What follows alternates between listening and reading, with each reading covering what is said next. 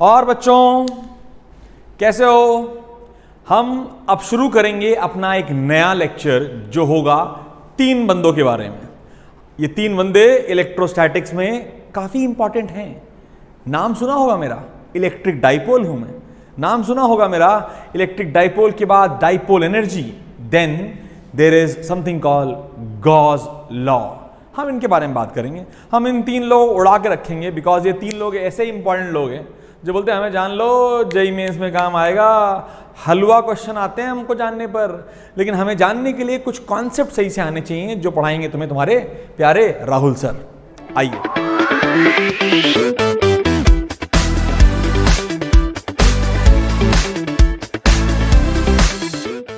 मैंने कहा 3 लोगों के बारे में बात करेंगे, electric dipole, electric flux and Gauss law. देख, इलेक्ट्रिक फ्लक्स कोई नई चीज नहीं है, गॉस लॉ को मैं तुझे तोड़ के सिखाऊंगा, हम बात करेंगे उसके बारे में।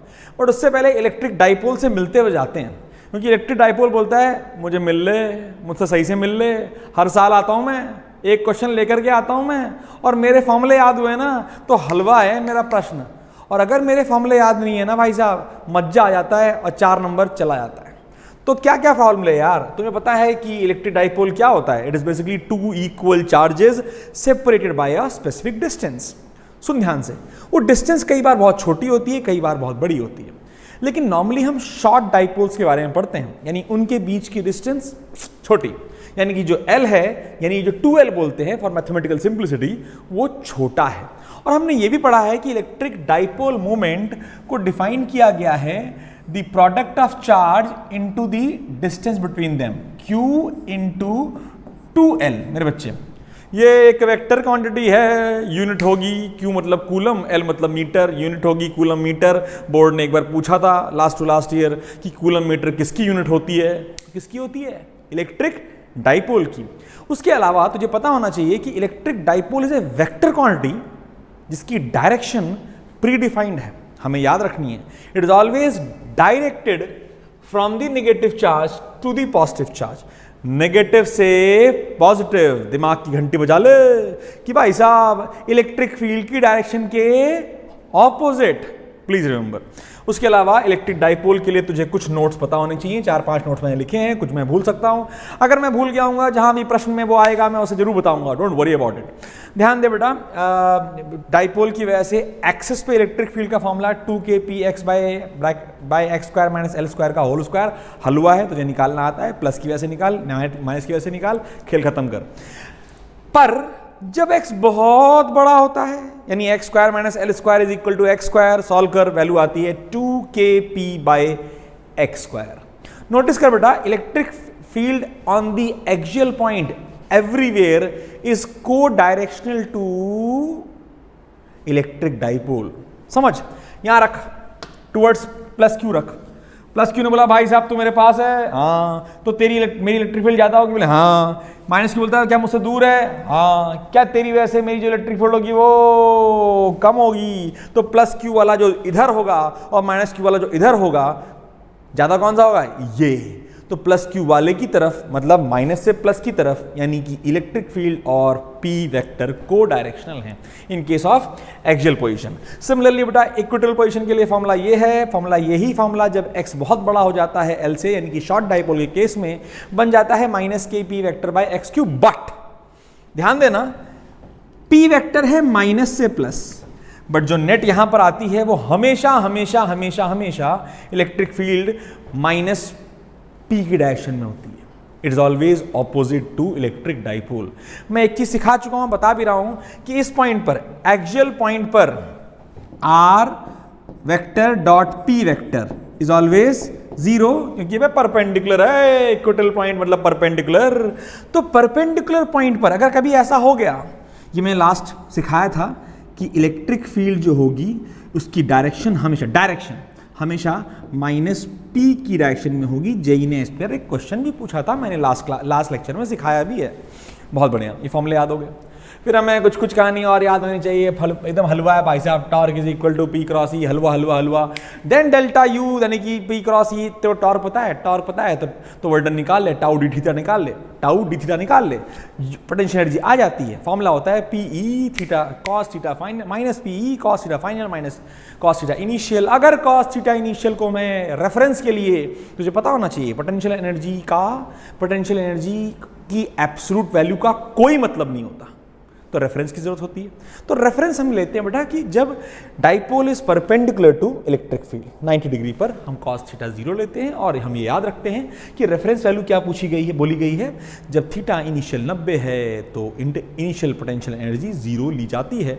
और इवेंचुअली फॉर्मूला बन जाता है minus P E cos theta which is nothing but minus P dot E.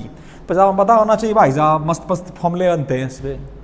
अब जो तेरे बोर्ड पे लिखा है तो बोलेगा इस मास्टर ने क्या ही नया पढ़ाया, सब कुछ पता है यार मेरे को, एक और बार रिवीजन हो गया। सही है, तू बात सही बोल रहा है, हर बच्चा ये बात सही बोल रहा है कि मैंने अभी तक तुझे कुछ भी ऐसा नहीं बताया जो किताबों में नहीं, जो स्कूल के तेरे मास्टर ने तुझे नहीं पढ़ाया, गारंटी है। लेकिन कहानी की शुरुआत होती है जब डाइपोल और डाइपोल आपस में करने लगते हैं इंटरैक्शंस, और कोई बोला अरे यार एक्सियल पे निकाल लिए, इक्वेटोरियल पे निकाल लिए, जरा किसी जनरल पॉइंट पे बताओ। हमने बताएंगे, कहां बताएं, minus Q plus Q, let's say dipole है, तो जानता है डाइपोल मोमेंट इस डायरेक्शन में है, किसी एंगल थीटा एक्स दूरी, जो कि एक्स दूरी बहुत दूर है, क्योंकि बहुत दूर के ही लिए करना होता है, बहुत दूर के लिए ही करना होता है। नॉर्मली हमें जो प्रॉब्लम्स मिलती हैं वो शॉर्ट डाइपोल के लिए मिलती हैं। तो बहुत दूर पे तुझे पूछा गया बता इलेक्ट्रिक फील्ड कितनी है, हमने कहा यार ये तो गड़बड़ है, कुछ गड़बड़ नहीं है, सब बकवास है। क्यों देखना है इसको इस तरीके से, तुझे देखना ही क्यों है, डाइपोल ऐसे रखा है ना, मुझे नहीं आता, मुझे एंगल पे निकालना ही नहीं आता, बट क्या मुझे वेक्टर पूरा आता है। ये जो डाइपोल ऐसे रखा है पी वेक्टर, क्या एंगल थीटा, तो इस पी वेक्टर का एक component P cos theta along the direction होगा, और तब ये पॉइंट उसका एक्सिस पड़ जाएगा, और इस पॉइंट की इलेक्ट्रिक फील्ड का फॉर्मूला ये पढ़ा रखा है। लेकिन यहां पर पी की वैल्यू पी रहेगी या पी कॉस थीटा रहेगी, सिंपल। लेकिन बेटा इसकी डायरेक्शन क्या होगी, अलोंग दिस लाइन, जिसको मैं आर वेक्टर बोल रहा हूं। ठीक है बच्चा, कोई दिक्कत नहीं, एकदम बकवास। तो मैंने क्या बोला कि क्यों करना है लंबे लंबे डेरिवेशन, लगा वेक्टर का फॉर्मूला, पी को कन्वर्ट कर, ये पी कॉस थीटा के लिए एक्सियल तूने कर लिया, ये पी कॉस थीटा, तो ये पी साइन थीटा, पी का साइन थीटा के लिए ये पॉइंट, ये पी साइन थीटा है, और ये पॉइंट इज इक्वेटोरियल। उसके लिए फॉर्मूला क्या होता है सर फॉर्मूला होता है minus k P bye x cube. यहां पर जो पी होगा वो पी कॉस नहीं, पी साइन थीटा होगा, परपेंडिकुलर वाला, ये फॉर्मूला आ गया। बट बेटा इसकी डायरेक्शन कहां होगी, परपेंडिकुलर टू आर वेक्टर, जिसको हम पोलर फॉर्म्स में पढ़ते हैं। आर कैप थीटा कैप के पोलर फॉर्म्स को पढ़ना हो तो मेरे वाली क्लासेस के यूट्यूब चैनल पर जा और ढूंढ, पोलर कोऑर्डिनेट्स के बारे में डिटेल से मैंने समझा रखा है, करके आ यार उसको। और ध्यान दे, एक बार तुझे ये दोनों समझ में आ गए तो तेरे पास दो फील्ड है, एक ई पैरेलल, एक ई परपेंडिकुलर, उनका रिजल्टेंट कोई बच्चा चौथी क्लास का बच्चा भी निकाल सकता है, because they are perpendicular to each other. Under root of E parallel का स्क्वायर प्लस ई परपेंडिकुलर का square will give you electric field, हलवा। ये पता होना चाहिए। अब इसका डेरिवेशन किताबों में आधा पन्ना लिखा हुआ है, क्यों करना है आधा पन्ना, करना क्यों है आधा पन्ना भाई? अगर ये तेरे पास पी है, पी को रिजॉल्व नहीं कर पाएगा यार, वेक्टर को रिजॉल्व तो करना आता है। जिधर पता हो एंगल उधर कॉस, जिधर नहीं पता हो उसके परपेंडिकुलर साइन, हलवा। तो पी को पी कॉस लेकर के एक्सियल पे निकाल, पी को पी साइन लेकर के इक्वेटोरियल पे निकाल, और दोनों का रिजल्टेंट निकालने के लिए तुझे पता है दोनों electric field perpendicular to each other हैं। You can always get the resultant by under root of E parallel का स्क्वायर प्लस ई परपेंडिकुलर का स्क्वायर, सिंपल, हलवा, पता होना चाहिए। ये कुछ नया है, हमारे टीचर ने भी सिखाया था, मेरे मास्टर ने भी सिखाया था। इसका इतना लंबा डेरिवेशन जहाँ पर वो पहले इलेक्ट्रिक पोटेंशियल निकालता है, फिर E is equal to minus d V by d r करता है। अरे क्यों करना है, क्यों करना है? मुझे नहीं निकालना है इलेक्ट्रिक पोटेंशियल, मैं अपनी बेसिक फिजिक्स को यूज़ करूँगा, इलेक्ट्रिक पोटेंशियल को। मैं इलेक्ट्रिक डाइपोल को ही क्या कर लूँगा, कॉम्पोनेंट्स निकाल लूँगा, दैट इज ऑल। और फॉर्मूला, एक फॉर्मूला है सामने, इस फॉर्मूले की कहानी बड़ी सिंपल है यार। तू जानता है पोटेंशियल एनर्जी का फॉर्मूला है minus P E cos theta. उसी फॉर्मूले की हेल्प से एक फॉर्मूला बनता है पोटेंशियल एनर्जी जब दो डाइपोल्स किसी एंगल पर हों। ये फॉर्मूला इंपॉर्टेंट है बेटा, इस फॉर्मूले को मैंने जानबूझ के यहाँ रखा है। इस फॉर्मूले को नॉर्मली तू देखता नहीं है किसी किताब में, किसी क्लास में, किसी नोट्स में ये फॉर्मूला शायद नहीं मिलेगा। स्पेसिफिक फॉर्मूला है। Basically it is a formula which is derived by the concept of two things. Electric field पता कर ले एक डाइपोल की वजह से, और दूसरे डाइपोल को वहाँ रख दे और उनका बीच में इंट्रैक्शन यानी कि उनकी पोटेंशियल एनर्जी निकाल ले, p E cos theta with minus sign. तो बेटा जो इवेंचुअली जो फॉर्मूला बन के आता है वो आता है -2k P1 P2 cos theta by r cube, where r cube is the distance between the two dipoles. फंडा क्लियर? फॉर्मूला इंपॉर्टेंट है बेटा, इसे याद रख। तुझे 4 नंबर जरूर मिलेंगे इस साल बोर्ड जेई के एग्जाम में और नीट के एग्जाम में। तुझे ये फॉर्मूला जेई के एग्जाम में जरूर देखने को मिलेगा, जरूर 100% भाई साहब। तो कृपया करके ये फॉर्मूला एकदम घोट के जा, ये घोट के जा, और इसको अप्लाई कराने के लिए let's talk about a question from class I think 2020 में क्वेश्चन आया था, अभी हम बात करते हैं इसके बारे में। चले आगे बढ़े। कोई प्रश्न तो हो तो कमेंट में लिखो, पढ़ो भाई साहब, बड़ी मुश्किल से समय निकाल करके मैं तेरे लिए वीडियो बना रहा हूँ। जो हमारे ऑन रोल बच्चे हैं, तो मैं तेरे को बोल रहा हूँ बार बार, जेई मेंस हलवा होता है, मतलब लिटरली उससे हलवा एग्जाम नहीं होता। फिजिक्स का पार्ट तो मैं यही बोलता हूँ, लेकिन कंसिस्टेंसी चाहिए, लेकिन तेरे को कॉन्सेप्ट पता चाहिए, कॉन्सेप्ट पता होने चाहिए। अब ये कॉन्सेप्ट नहीं पता, अबे क्यों नहीं पता? U is equal to p minus p cos theta. यहाँ पे P क्या है? एक डाइपोल, और E क्या है? इलेक्ट्रिक फील्ड ड्यू टू दूसरा डाइपोल। निकाल ले, और ना भी निकाल तो मेरा ये लेक्चर तो देख के जा, कम से कम नंबर तो ना खटाना भाई साहब, नाक न काटने पाइए, एकदम झंडे गाड़ने। अगला देख, क्वेश्चन ही होंगे शायद आगे। हाँ, टू आइडेंटिकल इलेक्ट्रिक डाइपोल, मतलब उनकी वैल्यूज बराबर है, यानी कि Q चार्ज बराबर है, L दूरी बराबर है, have dipole moment so and so. अब देख बेटा, एक आई कैप है, एक माइनस आई कैप है, मतलब दोनों अपोजिट डायरेक्शन में रखे हुए हैं। Are held on the x axis at a distance a। तो ध्यान सुनना, एक held on the x axis, तो समझ एक P वेक्टर इस डायरेक्शन में, P1 है ना, P1 इस डायरेक्शन में, P2 बेटा इस डायरेक्शन में, P2 इस डायरेक्शन में, कोई रॉकेट साइंस नहीं है, और P2 इस डायरेक्शन में, और इन दोनों के बीच की दूरी तुझे A दे दी गई है। हमने ठीक है, बढ़िया है, मस्त है, जिंदगी भाई मस्त है, कोई टेंशन लेने की जरूरत नहीं है। अब इन्हें रिलीज किया गया बच्चे, इन्हें रिलीज किया गया, they move along x axis. पक्की बात है, दोनों अपने जो छोड़ दोगे तो दोनों अपनी पी डायरेक्शन में चल देंगे जिस डायरेक्शन में उनका डाइपोल है, बिकॉज जिस डायरेक्शन में उनका डाइपोल होता है उसी डायरेक्शन में इलेक्ट्रिक फील्ड होती है, और वो कहानी आपको पता है, तो मोशन भी उसी डायरेक्शन में मान लो। अब क्या हुआ, तुझे पूछा गया, बताओ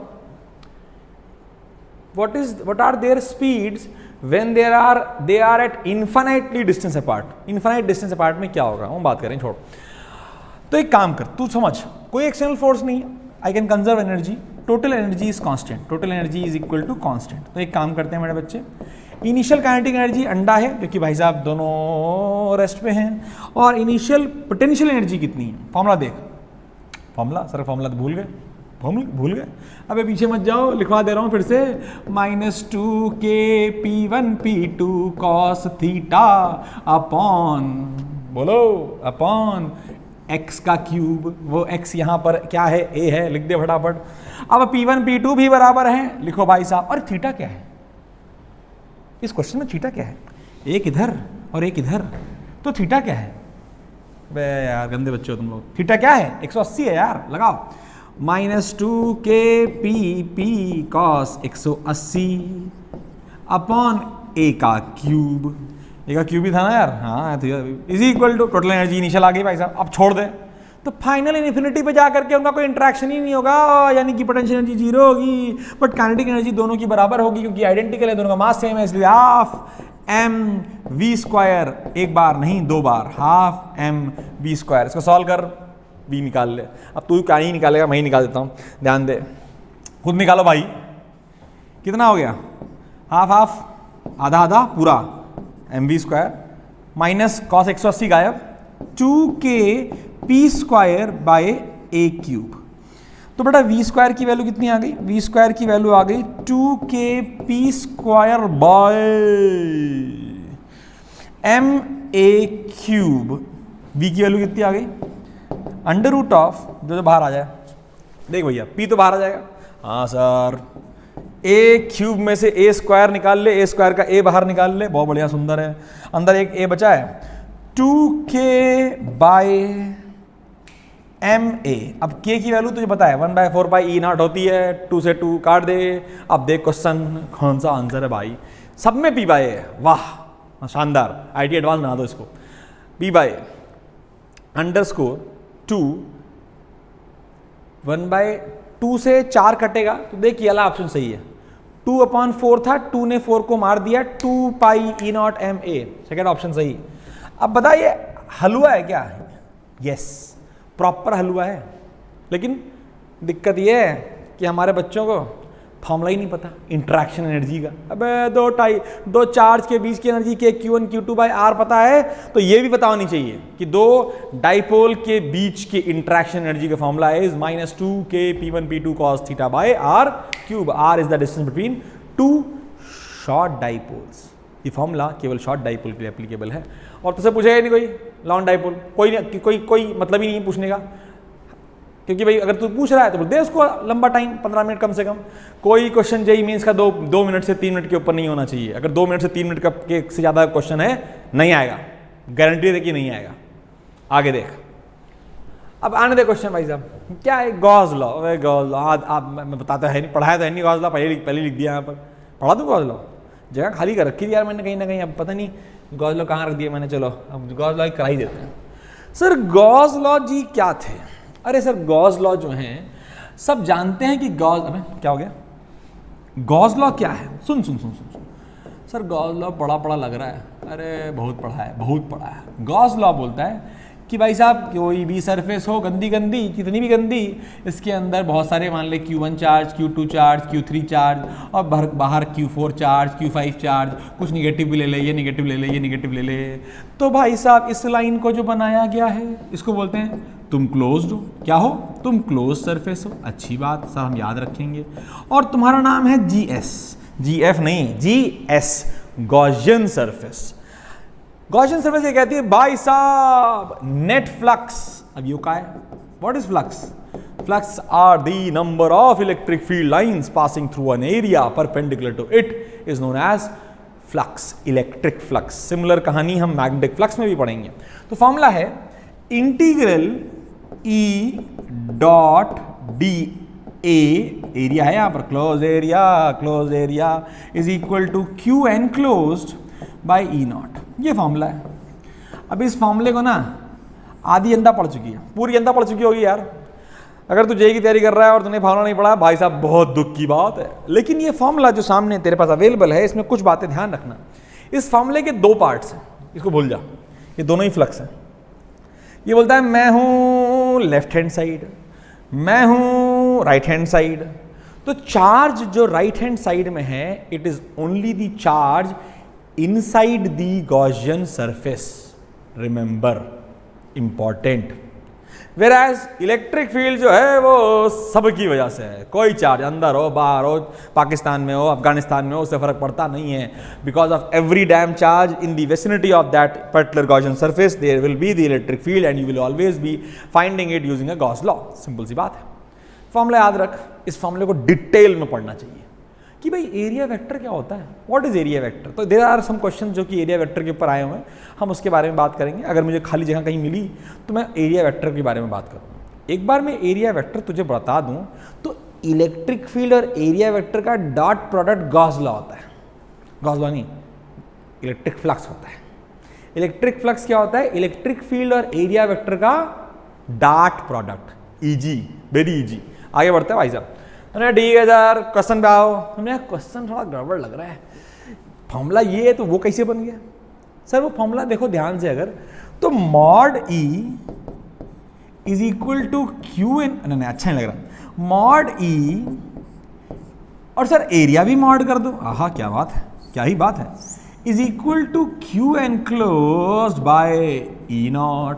सर ये फॉर्मूला तो तभी हो सकता है जब यो चीज इसके बराबर हो जाए, यानी integral of E dot D A is simply equal to E mod A. अरे cos 0 भी लिख दे बे। What is angle theta? It is the angle between area vector and electric field. Angle 0 होना चाहिए। अब ध्यान सुन, क्वेश्चन पढ़। यानी कि इनमें से कोई ऐसी चीज होनी चाहिए, पहली बात तो इलेक्ट्रिक फील्ड बाहर कैसे कूद के आ गई, कांस्टेंट होगी।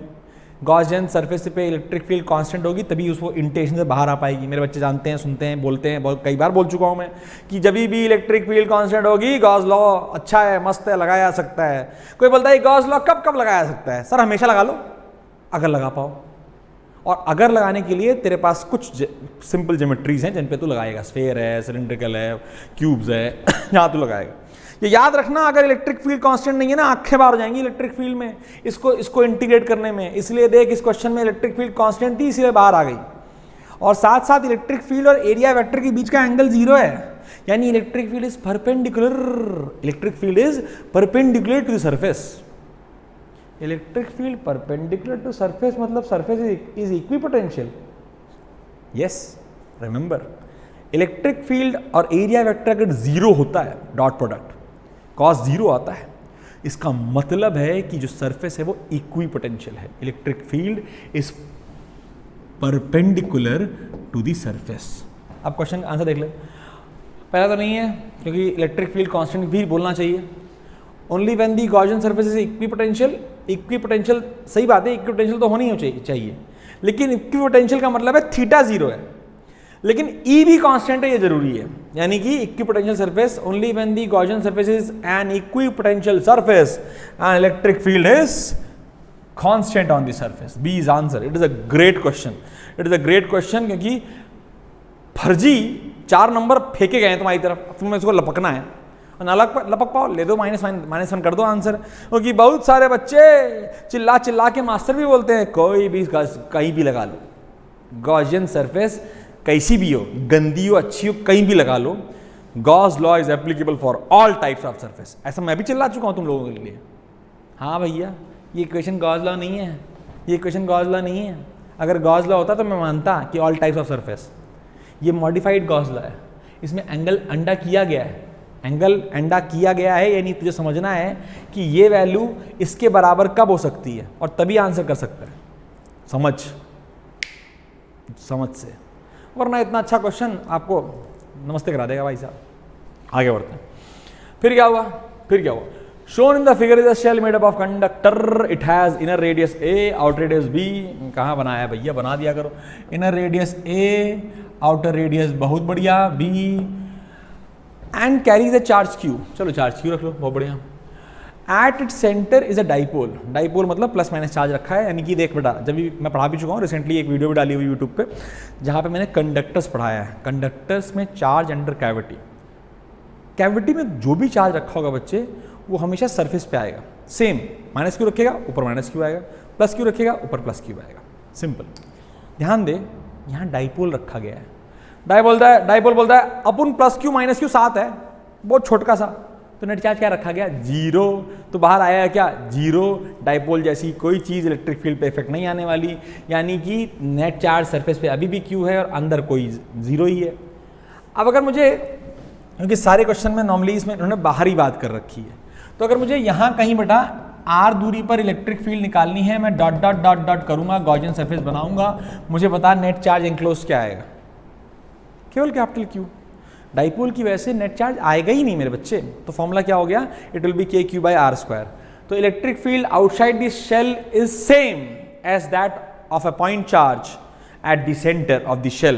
ये मैं बार बार बोलता हूँ, 100 बार बोलता हूँ, अगर तुम्हें याद हो बच्चों को, तो तुम्हें याद होगा सर ने ये चीज़ चिल्ला चिल्ला के बोली है, कई बार बोली है कि कभी ऐसा हो जाए तो इलेक्ट्रिक फील्ड जो होती है उसका फॉर्मूला KQ/r² होता है, लेकिन r मेजर्ड फ्रॉम सेंटर।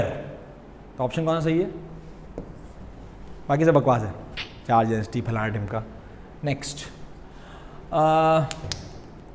ये स्टैंडर्ड क्वेश्चन है यार, 2019 में मतलब फेंका गया पेपर नंबर, बटोर लो भाई साहब बस।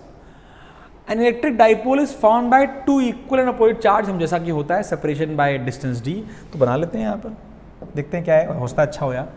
ओ भाई साहब -q + q, बीच की दूरी d, याद रखियो 2l मत ले रही हो, d है, अच्छी बात है।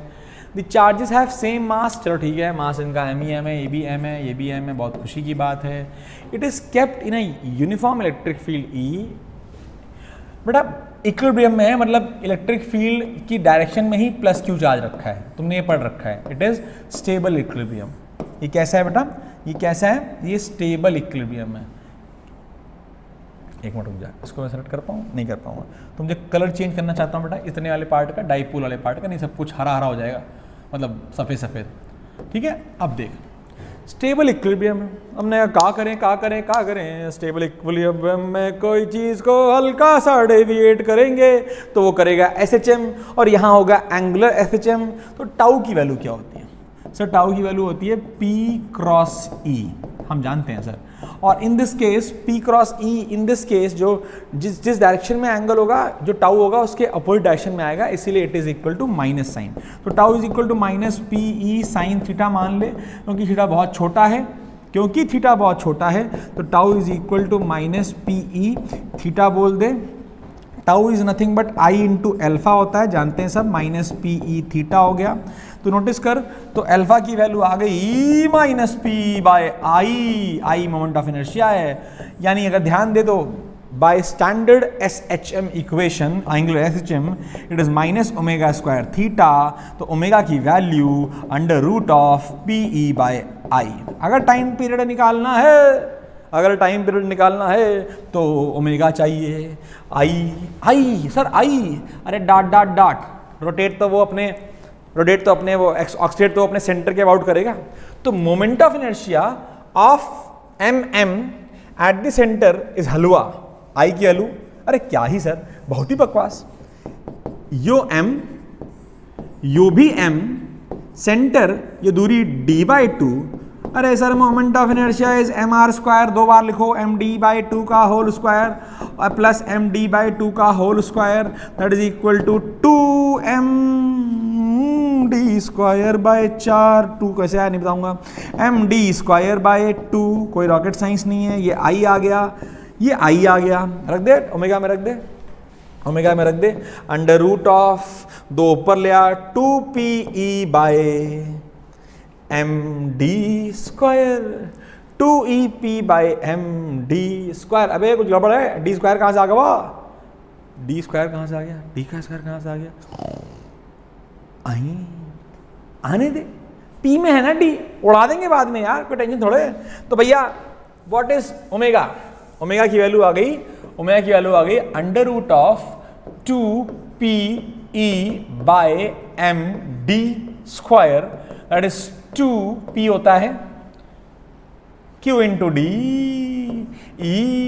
अब D क्यों हुआ? क्योंकि distance between charge is, dipole की लेंथ D है इसमें, MD square, that is under root of 2QE by MD। अरे भाई time period is 2 pi by omega, हलवा 2 pi under root MD by 2QE, जो भी हो आंसर है कि नहीं? मास्टर ने मुझे तो नहीं किया। अबे एंगुलर फ्रीक्वेंसी पूछी थी, टाइम पीरियड बिना बात के निकाल दिया, कोई ना, ठीक है। 2QE by MD, 2QE by MD, ABCD sir B। Good question नहीं कहूँगा लेकिन कह देते हैं यार, चलो छोड़ो, क्यों, बढ़िया क्वेश्चन। आगे विदाउट वेस्टिंग टाइम आगे करते जाओ। अगर मैं तेज भाग रहा हूं तो तुम्हारे पास तो पॉज बटन है, दबाओ, रोको जहां मर्जी वहां रोकना है अपन को, और क्वेश्चन सॉल्व करो। मैं पहले भी बोल चुका हूं, आज फिर बोल रहा हूं, सत्यनारायण भवानी कथा नहीं चल रही है।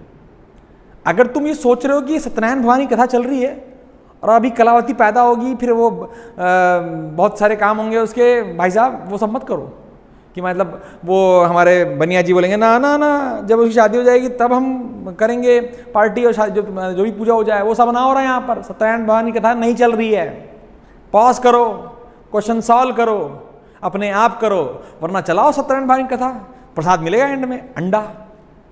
Pause and solve, pause and solve, important, pause and solve. मतलब ये क्या ही क्वेश्चन है, मतलब क्या चाहते हैं ये? ई दे दिए हैं, कहाँ दिए हैं सर? ई तो दिया ही नहीं है, आधी अंतर भूल गई। 1000 वोल्ट क्या दिया है? 1000 वोल्ट पर मीटर ई दिया है। थीटा क्या दिया है? 45 डिग्री। पी क्या दिया है? अच्छा जी 10 की पावर -29 cm, cm मतलब कूलम मीटर। पोटेंशियल एनर्जी, अरे sir formula -PE cos theta होता है। चौथी क्लास बच्चे को अगर भी जेई में उतार दिया जाए और वो भी ये क्वेश्चन कर सकता है तो तुम तो कर ही लोगे। पी दिया, ई दिया, थीटा दिया, नेगेटिव मार्क्स तो नहीं आएंगे आई होप। ये चौथी क्लास का बच्चा कर सकता है, सब कुछ दिया हुआ है, अपने आप करो, नहीं करूँगा मैं। नेक्स्ट अब आया गॉस लॉ, मैंने कहा था, मैंने बनवाया है, मैंने लिखवाया है गॉस लॉ कहीं ना कहीं, अब आ गया है तो पढ़ा देता हूँ फटाफट, चिंता मत करो। Let's start Gauss law again. बकवास है, ध्यान देना। तो हमसे मिलिए, हमारा नाम है गॉस लॉ। बेटा एक इंपॉर्टेंट टॉपिक होने के बावजूद ये एक हलवा टॉपिक है अगर हम कुछ बातों का ध्यान रखें। वो कुछ बातें क्या हैं, चलो उसके बारे में बात करते हैं। ध्यान दे बेटा, गॉस लॉ डिफाइन करता है फ्लक्स को, और फ्लक्स को डिफाइन करता है ये E डॉट डी ए बराबर Q enclosed by E not. अभी मैंने थोड़ी देर पहले बताया कि भाई साहब जो आपका एरिया, जो चार्ज है वो केवल गॉसियन सरफेस के अंदर वाला चार्ज है, बट जो इलेक्ट्रिक फील्ड है वो हर चार्ज की वजह से। इस बारे में बात करी। यहाँ पर जो इंपॉर्टेंट बातें हैं समझते हैं बेटा। सबसे पहली इंपॉर्टेंट बात है, area is a vector quantity. Okay, आंखें बाहर केवल इस पार्ट में हो सकती हैं, लेकिन बहुत ही हलवा है, समझ लेंगे 2 मिनट के अंदर। Area is a vector quantity, और अगर हम बात करें प्लेनर एरिया की, किसकी बात करें बेटा? प्लेनर एरिया की बात करें तो देख, कोई भी हो, सर्कल हो, स्क्वायर हो, रोम्बस हो या ट्रायंगल हो, टेंशन लेने की जरूरत नहीं है। Area is a vector quantity, it is magnitude is simply the formula that is pi are square, इसका मैग्नीट्यूड है, इसका let's say A square magnitude है, इसका let's say √3/4 A square magnitude है। ये इक्विलेटरल ट्रायंगल बोल दिया मैंने, ये स्क्वायर बोल दिया मैंने, और ये मैंने रेडियस बोल दिया। सबका मैग्नीट्यूड उनका फॉर्मूला है जो कि आप बचपन 4th क्लास से पढ़ते आ रहे हैं। And direction, because if it is a vector quantity it has to have direction, direction will always be perpendicular to the plane. यानी ये अगर प्लेनर ऑब्जेक्ट हैं सारे, तो इनका परपेंडिकुलर तो 2 हो सकते हैं, ये वाला कि ये वाला, ये वाला कि ये वाला। अरे सर दोनों में से कोई एक ले लो, लेकिन किसी एक प्रश्न में जब एक डायरेक्शन ली है तो उसी डायरेक्शन को उस पूरे प्रश्न तक रखना है। बीच में आके ऐसा नहीं, थोड़ी देर तक ये डायरेक्शन ले ली, फिर बोला मजा नहीं आ रहा है, लो ये डायरेक्शन ले लो, अंडा मिलेगा। क्या मिलेगा? अंडा मिलेगा। तो दैट इज सिंपल, बहुत आसान है, सबको आता है। प्रॉब्लम तब तक नहीं होती जब तक जो एरिया वेक्टर है वो प्लेनर हो, वेल डिफाइंड हो, दिक्कत तब तक नहीं होती। मैं एग्जांपल देना चाहूँगा, ऐसा मैं कब बोलता हूँ, ध्यान दो, मैं एग्जांपल देता हूँ आपको, बहुत सिंपल छोटे छोटे। देख, अगर मैं बोलूँ, बहुत आसान, एकदम ही हलवा क्वेश्चन बोलूँ तो अपने आप कर लेगा बच्चे, कि ये x है, ये x एक्सिस, ये y एक्सिस, और ये मेरे बच्चे z एक्सिस। लेट्स से ये 3 एक्सिस अवेलेबल हैं। अब क्या हुआ, यहाँ पर एक स्क्वायर है। कहाँ पर एक स्क्वायर है सर? यहाँ पर एक स्क्वायर है, ए, ये स्क्वायर है। दिस इज अ स्क्वायर, इसका एरिया वेक्टर क्या होगा?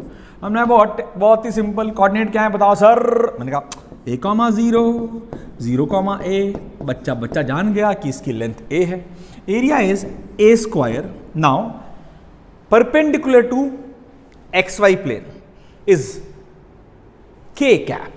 It could be k cap or it could be minus a square k cap, both are correct and this is halwa, you can always do that. I can give you one more question जो कि आप हमेशा आसानी से कर पाएंगे। मान लो मैं आपसे बोलूँ डराने के लिए, आंखें बाहर करने के लिए, मैंने कहा ये x एक्सिस है, ओहो ये y एक्सिस है, ये x एक्सिस है, और ये z एक्सिस है।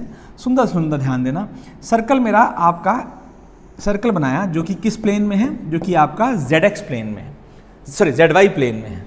रेडियस इसका r है, टेंशन क्यों लेनी, इसका एरिया वेक्टर होगा पाई आर स्क्वायर। ये x YZ प्लेन में है तो perpendicular will be x, that is i cap, और minus pi are square i cap. बकवास है, हलवा है, एकदम बकवास है। लेकिन इसी बकवास में थोड़ा चेंज जब आता है, कैसा चेंज, जो हमें पता होना चाहिए।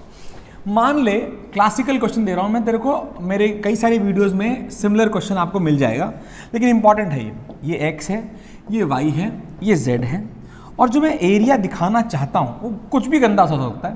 मैं थोड़ा कम गंदा दिखाना चाहता हूं इस समय आपको। Let's say the area is this, ये OABC इज माई एरिया, ये एरिया है। लेट्स से मैं इसको शेड नहीं करता हूँ, उसका कारण है क्योंकि मुझे एंगल मेंशन करना है। ये एंगल मेरे बच्चे तो 53 डिग्री बोलते हैं। कितना बोलते हैं? 53 डिग्री। ये लेंथ आपके पास अवेलेबल है 5 मीटर, ये भी 5 मीटर और लेट से ये भी 5 मीटर, यानी कि एक स्क्वायर है और किसी 53 एंगल पे रखा गया है। अब इसका एरिया वेक्टर निकालने को बोला गया। बच्चों की होगी आंखें बाहर, होती हैं नॉर्मली, आंखें बाहर होती हैं। Let me tell you a simple method. कभी भी 2D प्लेन का एरिया निकालना हो, मान लो ये एरिया, कुछ भी गंदा सा बना रहा हूँ, किसी एक पॉइंट पे खड़े हो जाओ, किसी एक वर्टेक्स पे खड़े हो जाओ, वहां से 2 वेक्टर बनाओ। Let say this is a vector and this is b vector. ध्यान सुनना मेरे बच्चों, the area is simply the cross product of these 2 vectors, which are the vectors identified by two adjacent sides. हलवा नहीं है, ध्यान सुनना, थोड़ा समझाता हूं मैं। और ये कोऑर्डिनेट बता मुझे बच्चे, ये कोऑर्डिनेट हो जाएगा 0, 5, 0। तो अगर मैं तुझसे पूछूं व्हाट इज ओसी वेक्टर, तो मेरा बच्चा बोल पाएगा कि ओसी वेक्टर बहुत हलवा 5j कैप है। लेकिन ओ ए वेक्टर देखना है, ओ ए वेक्टर देखना है। अब मुश्किल हो जाता है कई बार, हमने कहा इसको आसान करते हैं। ओ ए वेक्टर को हम आसान करने के लिए हमने कहा भाई ये 3D में कहाँ से आसान हो जाएगा, हमने कहा काय का 3D में, कोई 3D में नहीं है। एक काम करते हैं, ऊपर बैठ जाते हैं चीटा बन के और इसको देखते हैं नीचे की तरफ। जब ऊपर बैठते हैं और देखते हैं तो मुझे x एक्सिस यहाँ दिखाई देती है और z एक्सिस मुझे यहाँ दिखाई देती है और मुझे OA यहाँ दिखाई देता है। I hope you are able to feel it. ये 5 है, ये 5 है और ये कितना है बेटा 53 डिग्री। अब OA वेक्टर 53 डिग्री जिसका मैग्नीट्यूड 5 है, हलवा है।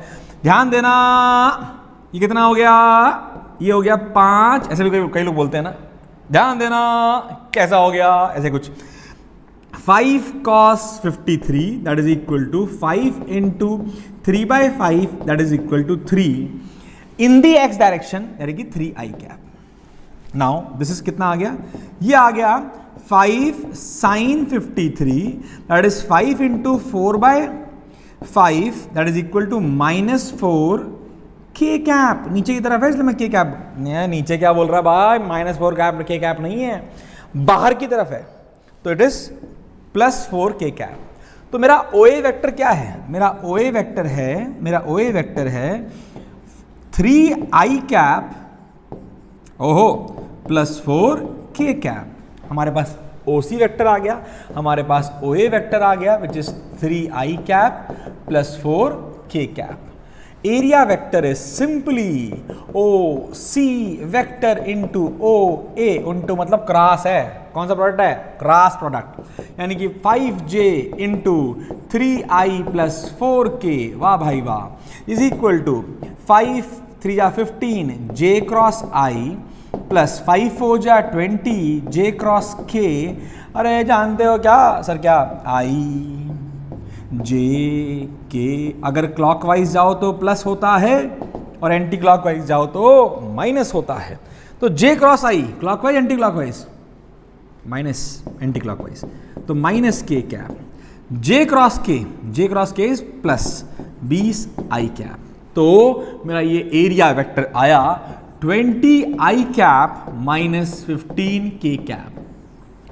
हलवा क्या है ये, हलवा। Do it yourself. क्या डू इट योर सेल्फ, कोई क्वेश्चन तो दो। I will give you one question, to do it yourself the area vector thing.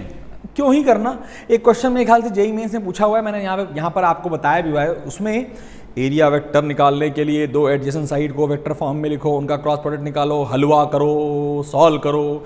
एक बार तेरे पास एरिया वेक्टर आ गया और अगर मान ले इलेक्ट्रिक फील्ड भी तेरे को पता होती, यहाँ पर इसी क्वेश्चन में कोई बोलता electric field is 10i cap Newton पर कूलम। हमने तब फ्लक्स बताओ, अरे फ्लक्स क्या है सर, सिंपल है सर, E डॉट ए। तो आई और आई को मल्टीप्लाई कर दो, क्योंकि के तो है ही नहीं, मल्टीप्लाई होगा ही नहीं, तो 20 200 यूनिट होती है वेबर। खेल खत्म, पैसा हजम। सर ये तो बड़ा ही सिंपल था फ्लक्स निकालने के लिए, इलेक्ट्रिक फील्ड और एरिया वेक्टर का डॉट प्रोडक्ट। लेकिन बेटे एरिया वेक्टर तो निकालना आना चाहिए ना, ये देख हो गया, खत्म है, एकदम बकवास है। एक बात और याद रखना बच्चे, हमेशा याद रखना कि प्लेनर के केस में there are two area vectors, लेकिन अगर क्लोज्ड फिगर आ जाए the only area vector normal जो दे लोगे वो आउटवर्ड नॉर्मल होगा, इनवर्ड नॉर्मल नहीं होगा। सर बोलना क्या चाहते हो? मान लो एक क्लोज फिगर है, मान लो एक क्लोज फिगर है, let's say I am taking a cube, तो बेटा इसकी कितने फेस हैं? सर 6 फेस हैं। तो हर एक का जो एरिया नॉर्मल आएगा, इस वाले एरिया का एरिया नॉर्मल बाहर की तरफ, इस वाले का इधर, इस वाले का नीचे, इस वाले का इधर, अंदर वाले का अंदर की तरफ, बाहर वाले का बाहर की तरफ। समझ आया? Closed figure the only direction is outward normal। Clear? यहाँ तक देख लो, यहाँ तक छाप लो, हम आगे बढ़ते हैं। यहाँ आगे क्या बढ़ते हैं, सीधा क्वेश्चन ही करते हैं यार। गॉस लॉ खेलते हैं। ये क्वेश्चन स्टैंडर्ड क्वेश्चन है यार, मतलब मैं पता नहीं कितनी बार ये क्वेश्चन क्लास में करा चुका हूँ। ये आया था जेईई मेंस 2018 में। क्वेश्चन देख के बच्चों को आंसर पता होना चाहिए कि इट इज़ 6 Q/6 E0। पता है क्या कैसे करते हैं? बहुत आसान है, मैं बता देता हूँ फटाक से। बेटा क्या दिया है, एक प्लेट दी है, एक प्लेट दी है, प्लेट का साइड A है, ये भी A है, ये भी A है। अब इसके सेंटर से A/2 दूरी पर, इसके सेंटर से A/2 दूरी पर एक चार्ज Q रखा है। आपसे पूछा इस एरिया से कितना फ्लक्स पास होगा। हमें नहीं आता, गॉस लॉ नहीं लगा सकते क्योंकि ये ओपन सरफेस है, गॉस लॉ क्लोज सरफेस में लगता है। तो हमने कहा बना दो क्लोज सरफेस। अगर मैं इसके ऊपर दीवारें खड़ी कर दूं, अगर मैं इसके ऊपर दीवारें खड़ी कर दूं और ऐसी दीवारें खड़ी करूं जिनकी हाइट हो A, जिनकी हाइट क्या हो A, तो मेरे बच्चे क्या मेरा चार्ज सिमेट्रिकली सेंटर पे आ गया? थोड़ा बना नहीं सिमेट्रिकली, समझ जाओ। लेकिन तो हमने कहा अच्छा सिमेट्रिकली सेंटर पे, इसका मतलब net flux through all area, net flux through all area is Q/E0। Net flux through all area is Q/E0। कितने एरिया? यानी 6A² एरिया से Q/E0 है, तो A² एरिया से Q/6E0 होगा। बकवास फॉर्मूला है, बकवास प्रश्न भी है, 6 प्रश्न है, भगवान जाने मेंस में कैसे दे दिया इन लोगों ने। ठीक है, आगे आ जाओ। एक इलेक्ट्रिक डाइपोल है, has fix dipole moment P vector. बहुत बढ़िया, बहुत खुशी की बात है, बहुत मजा आ रहा है देख करके। और ध्यान देना, an electric dipole has electric dipole moment fixed P vector है, अच्छी बात है। Which makes an angle theta with the respective x axis, बहुत अच्छी बात है। When subjected to electric field, 2 electric field है ना, एक तो EI कैप और एक टॉर्क आ गया TI कैप। और जब उसे दूसरी इलेक्ट्रिक फील्ड जो कि J कैप डायरेक्शन में है, तो जो टॉर्क आया वो आया -T1 यानी कि -TI कैप। तो थीटा पूछा है हमने, यार काहे टेंशन ले, नहीं लेंगे टेंशन, हमें आया, मैं तो बकवास है क्वेश्चन। देखिए डाइपोल अंकल तुम कैसे हो? बढ़िया हो यार। एक्स एक्सिस बना दें? बना दो सर। ये एक्स एक्सिस है। डाइपोल अंकल कैसे बैठे? डाइपोल मोमेंट इनका P वेक्टर इस डायरेक्शन में। ओहो बढ़िया, कितने एंगल पे? थीटा। तो वेक्टर फॉर्म में लिखना बच्चों को आता है। इस P वेक्टर का P कंपोनेंट, X कंपोनेंट होगा P cos थीटा और Y कंपोनेंट होगा P sin थीटा। बच्चा जानता है। तो P वेक्टर क्या है? यह है P cos theta I cap plus P sin theta J cap. हलवा या नहीं हलवा? अरे हलवा यार। नाउ पहले केस में, केस 1 देखते हैं। सर केस 1 करने से पहले टॉर्क का फॉर्मूला दिखा दो। Sir tau is equal to P cross E, P cross E। तो P क्या है मेरे बच्चे?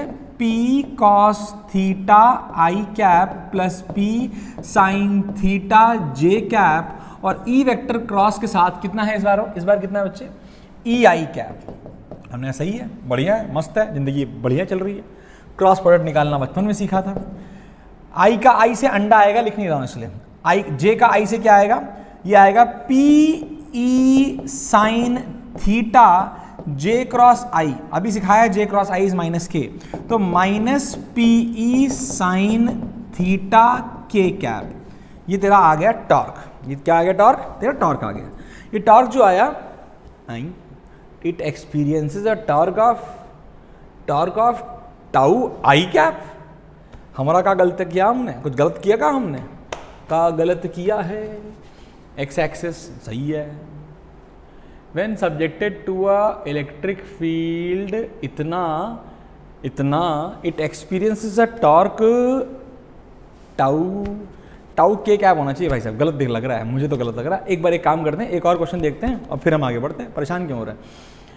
जहाँ तक मुझे लगता है इट इज़ के कैप, पहले हम दोनों पार्ट निकाल लेते हैं फिर आगे बढ़ते हैं। हमने कहा चलो केस नंबर 1 ठीक है यार, केस नंबर 1। अब केस नंबर 2 देखते हैं।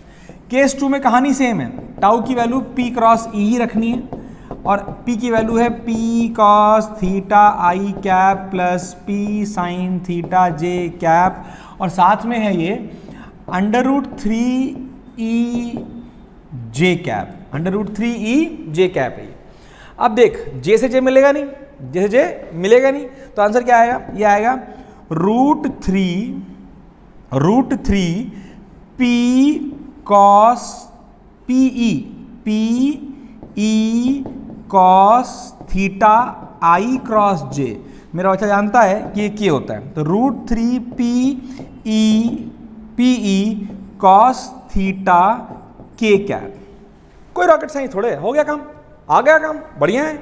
नाउ इसको T1 बोल, टाउ 1 बोल दे, इसको टाउ 2 बोल दे।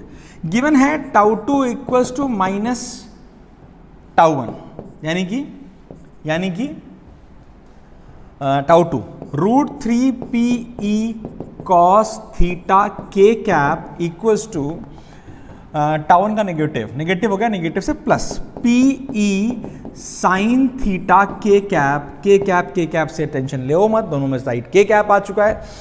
p ने p को, e ने e को मार दिया, √3 cos theta is equal to sine theta which implies tan theta is equal to √3 theta is equal to 60 degree. So the answer is theta equals to 60। सही है, sign by column सही है। तो वो जे आई कैप मत पढ़ो, उसे के कैप पढ़ो। क्या पढ़ो इसे के कैप पढ़ो, ये गलत दे रखा है, कोई दिक्कत नहीं है, बढ़िया है, मस्त है, जिंदगी बकवास है एकदम। क्वेश्चन भी बकवास है यार, इतना बकवास question. If you know the formula, if you know how to write a vector, हलवा question. If you don't know that, दुख की बात है। आगे बढ़ते हैं फटाफट, वीडियो लंबा हो जाएगा इसलिए फटाफट करते हैं, ध्यान देते हैं।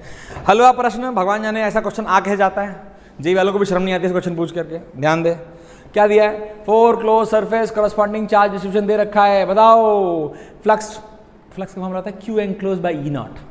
पहले में Q एनक्लोज कितना है, 2Q बाई ई नॉट। अच्छा, दूसरे में Q एनक्लोज कितना है, 3Q minus Q, 2Q by E not. अच्छा, तीसरे में कितना है, 5Q तो बाहर है, Q एनक्लोज तो केवल 2Q है, 2Q बाई ई नॉट। इसमें फ्लक्स कितना है, 8 minus 4 minus 2 that is 8 minus 6 that is 2, 2Q by E not. सारे केस में फ्लक्स बराबर है। क्या ही क्वेश्चन है, पता नहीं कैसे पूछ लेते हैं लोग। चलो अच्छी बात है, बकवास है, कॉन्सेप्ट है, आना चाहिए। आगे देखते हैं। यहाँ तक हो गए भाई, थोड़े बहुत और क्वेश्चन कर लेते हैं यार। मैं क्या बोल रहा हूँ, देख ऐसे क्वेश्चन अगर आ जाएं, भाई हलवे आने चाहिए। कॉन्सेप्ट याद है, क्वेश्चन हो जाएगा। अगला प्रश्न देख, अगला प्रश्न क्या है, A region between two concentric sphere of radius इतना has volume charge density इतना, where A is constant, R is the distance from the center. At the center of the sphere is a point charge, ठीक है। The value of A such that the electric field in the region is constant. Okay, मतलब location dependent नहीं होनी चाहिए। हमने चलो आओ करते हैं फटाफट विदाउट वेस्टिंग टाइम। एक बनाते हैं ये, और एक और बनाते हैं, इसको ऐसे रखते हैं और इसको ले आकर के इससे मैच करा देते हैं। बेटा आप ध्यान दें कैसे करेंगे हम, हमें कहीं पर बीच में रीजन पकड़ना है। तो हमने एक काम करते हैं मेरे बच्चे, इस पॉइंट पर एक पॉइंट P पर जाते हैं और वहाँ पर एक गॉसियन सरफेस बनाते हैं। तो आपसे पूछा जाता है व्हाट इज E की वैल्यू हो जाएगी E into 4 pi R square, ये मेरा R है, is equal to Q enclosed by E naught. अब यहाँ पर Q एनक्लोज एक तो सेंटर पे है बेटा Q, प्लस जो इस रीजन में जो चार्ज आएगा, ये वाला चार्ज, जो इस रीजन वाला चार्ज है वो हमें निकालना पड़ेगा मेरे बच्चे। तो हमने कहा चलो मान लेते हैं ये Q डैश है अपॉन E नॉट। आओ Q डैश निकालते हैं। दैट मीन्स ये क्वेश्चन केवल इतना है कि एक सर्कल है, एक स्फेयर है जिसका इनर रेडियस A है और आउटर रेडियस R है। क्या है मेरे बच्चे, R है, और इस पर जो इस रीजन में डेंसिटी है that is rho is equal to a by r is equal to d q by d v होती है। बहुत बढ़िया। अब आपको इस रीजन में चार्ज निकालना है, इसके अंदर कितना चार्ज है बस ये निकालना है। तो मैं कैसे सिखाया मैंने आपको, मैंने ऐसे सिखाया बच्चे कि जब भी वॉल्यूम हो तो जाओ x दूरी पे जाओ, एक रिंग बनाओ, एक रिंग नहीं एक स्फीयर बनाओ, उसकी थोड़ी थिकनेस बनाओ और इस थिकनेस के अंदर वॉल्यूम, इसका वॉल्यूम निकालो। इस थिकनेस का बेटा क्या निकालो, वॉल्यूम निकालो, जो कि है आसान, है नहीं रॉकेट साइंस यार, तुझे पता होना चाहिए इसका वॉल्यूम। मैंने आपको सिखाया था पुराने लेक्चर्स में कि अंदर का सरफेस इनटू अंदर का surface d 4 pi x square into इस सरफेस की थिकनेस दैट इज dx, ये इसका वॉल्यूम हो जाता है। तो dq की value is equal to rho dv, rho की value a by x, dv की value 4 pi x square dx, dq की वैल्यू आ गई, x ने इसको मारा 4 pi a integration x dx। ध्यान दे यहां से a से लेकर के r तक होगा। फॉर्मूले में तुम ध्यान देना बेटा, जो इक्वेशन है ना rho r is equal to a by r, r is the distance from the centre, यानी कि हमें a से a प्लस r तक ही निकालना पड़ेगा। तो देखो ध्यान से फटाफट करते हैं। 4 पाई a ब्रैकेट में क्या आ गया मेरे बच्चे, ये आ गया x स्क्वायर बाय 2 नीचे ले आए, फ्रॉम a टू r, ये कितना हो गया बच्चे, q चार्ज कितना हो गया, q डैश चार्ज हो गया 2 पाई a ब्रैकेट में कितना हो गया बच्चे, ये हो गया r square minus a square, ये तेरा q डैश हो गया। आसान है, कोई रॉकेट साइंस नहीं है। When you have q dash, let's now put that q dash in our electric field के फॉर्मूले में। इलेक्ट्रिक फील्ड का फॉर्मूला आया था मेरे बच्चे, आया था q plus q dash was 2 pi a bracket में r square minus a square whole upon, तो ध्यान दे 4 pi r square e naught. थोड़ा सुंदर कर लेते हैं इसको। e की वैल्यू हो गई बेटा, ध्यान दे 1 बाय 4 पाई ई नॉट बाहर निकाल ले। अब देख q plus 2 pi a square, 2 pi a r square by r square minus 2 pi a square by r square. ना ना ना ना, यहाँ गलती हो रही है, यहाँ ना वाइट के बैकग्राउंड में मजा भी नहीं आ रहा है, तो मैं इसको यहाँ लाता हूँ, यहाँ पे लाता हूँ। देख देख बच्चे, क्यों तो निकाल ही चुके हैं ना, तो अब क्यों निकाल चुके हैं तो उसके बारे में बात करते हैं। तो कितना हो गया टाटा, ये हट जाएगा, हट जा बे, हट जा बे, हट जा नहीं हटे, छोड़। हमने आओ कितना आ गया बेटा, क्यू इलेक्ट्रिक फील्ड कितनी आ गई, ये आ गई Q dash 2 pi a r square minus 2 pi a square upon 4 pi E not r square. ये इलेक्ट्रिक फील्ड कांस्टेंट होनी चाहिए। तो उन्हें कैसे करें सर कांस्टेंट, ऐसे करते हैं, मैं लिख दूं q minus 2 pi a square by k को बाहर निकाल लेता हूं, k को बाहर निकाल लिया, r square plus 2 pi a r square by r square. तो ये पार्ट तो कट गया मेरे बच्चे। If electric field has to be constant, that means this term should not be there. If this term should not be there, q minus 2 pi a square की value 0 होनी चाहिए। तो न्यूमरेटर 0, नीचे r square है, फर्क क्या पड़ने वाला है, तो वो पूरा का पूरा टर्म गायब हो जाएगा। तो what are we getting a as, a हमें मिला q by 2 pi a square. ये क्वेश्चन मैंने डिटेल में बेटा इसलिए कराया क्योंकि ये क्वेश्चन डायरेक्ट क्वेश्चन हो सकता है, कई बार ऐसे क्वेश्चन बहुत बार आ सकते हैं, क्योंकि ऐसे क्वेश्चन में मैथमेटिक्स ही तुम्हारा एक टूल होता है और मैथमेटिक्स आपको लगाना आना चाहिए। सिंपल सी बात है। आगे बढ़ते हैं विदाउट वेस्टिंग टाइम। बहुत ज़्यादा टाइम हो चुका है, ऑलरेडी 1 घंटे का लेक्चर हो चुका है, तुम्हारी आंखें बाहर हो रही होंगी। अगर तुम अभी तक मेरे साथ जुड़े हुए हो तो, अगर तुम मेरे साथ अभी जुड़े हुए हो तो भाई साहब प्लीज़ नीचे हेलो सर या कुछ भी लिख देना, पता तो चले कितने लोग वीडियो देख रहे हैं भाई साहब यहाँ तक। ओके, आप देखते हैं मैंने यहाँ पे फॉर्मूला लिख दिया है, वो फॉर्मूला वही पुराना फॉर्मूला जो हर बार आता है, बार बार आता है। क्या यू का फॉर्मूला आता है सर? आता है, आता है, आता है। -2k P1 P2 cos theta bye x cube. अब देख P1 P2 जो है वो पैरेलल है, थीटा इज इक्वल टू 0 है, तो u की वैल्यू आ गई, u की वैल्यू आ गई -2k P1 P2 bye x cube. ओहो अच्छा, u की वैल्यू ये आ गई। और पूछा है फोर्स। सर फोर्स का फॉर्मूला सर हमने बचपन में सीखा था, du बाय dx होता है, हर बच्चे को पता है। डिफरेंशिएट करेगा तो क्या आएगा देख, -2k P1 P2 और x की पावर -3 का डिफरेंशिएशन हो गया -3 x की पावर -4, तो ये हो गया minus minus plus 6k P1 P2 by x की power 4 is my force. The answer is halwa. The question itself is halwa if you remember the u formula and if you remember the force that is minus du by dx होता है। सबको पता है यार, बच्चे को पता है। आओ जल्दी आओ, बहुत हो गए, एक और देखते हैं। हाँ मैं इस क्वेश्चन का इंतजार कर रहा था, ये क्वेश्चन 2011 में आया है। It is one of the classical question, देखने में दिक्कत लगती है पर क्वेश्चन है बकवास। तो नोटिस कर, क्वेश्चन में दिया गया है इलेक्ट्रिक फील्ड जो है, इलेक्ट्रिक फील्ड है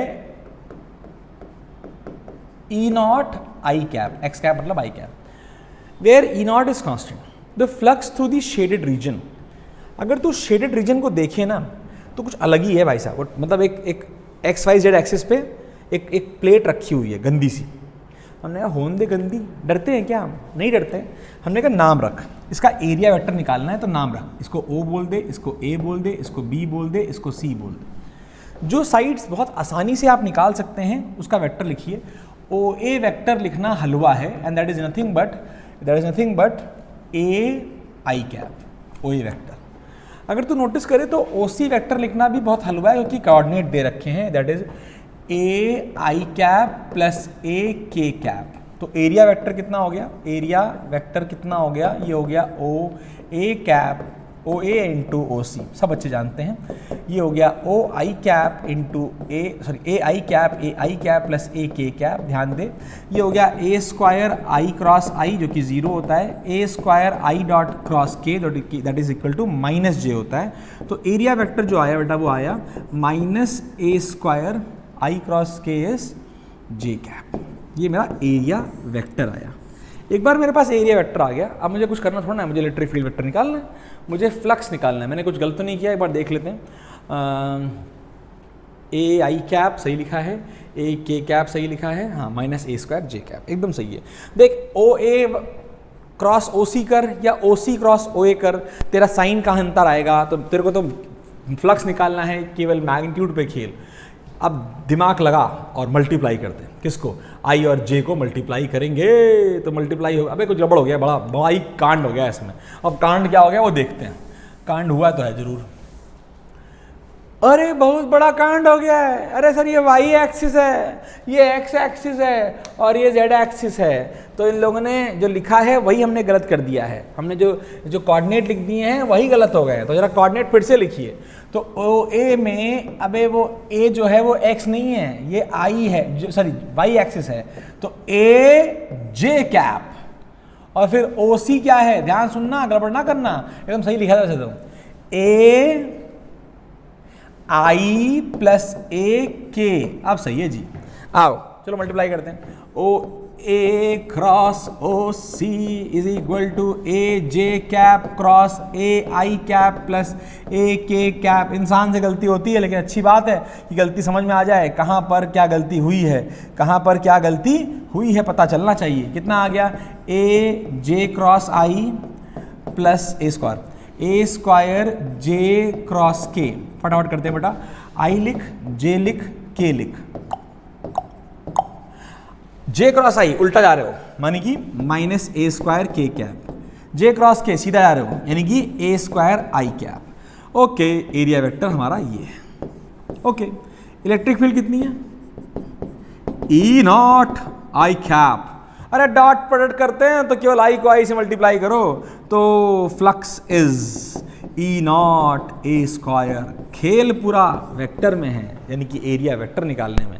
अरे सर फिजिक्स पढ़ा रहा हूँ, मैथ्स पढ़ा तो मैं फिजिक्स ही रहा हूँ, लेकिन फिजिक्स की जो भाषा है वो मैथ्स होती है, इसलिए आपको ये आना चाहिए। आगे बढ़ते हैं, मेरे ख्याल से एक और क्वेश्चन होगा, वो भी कर लेते हैं। क्या ही क्वेश्चन है। A Gaussian surface in the figure shown by dotted line, the electric field on the surface will be।